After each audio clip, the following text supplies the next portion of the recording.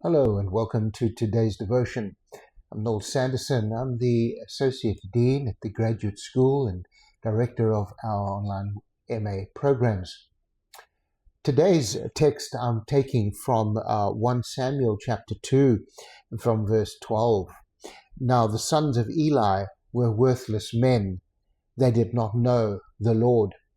When I first read these words many years ago, I was struck by the plainness of the speech, so to speak, the plainness of the text. These were worthless men, and the scripture goes on to detail their activities, their sinfulness, their behavior, their corruption, their utter disappointment in terms of men who were raised, as it were, in the service and the house of God, in an environment of faith. God later would go on to say, well, I'm going to find someone else. And in fact, in verse 35, the word God picks up and says, I will raise up for myself a faithful priest who shall do according to what is in my mind and in my heart and in my mind. This idea of faithfulness as opposed to being worthless.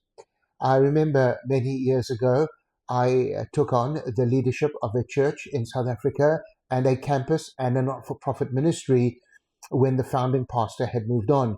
And I was floundering just a little, the overwhelming demands, the tyranny of the urgent, everybody wanting different things and pulling in different directions.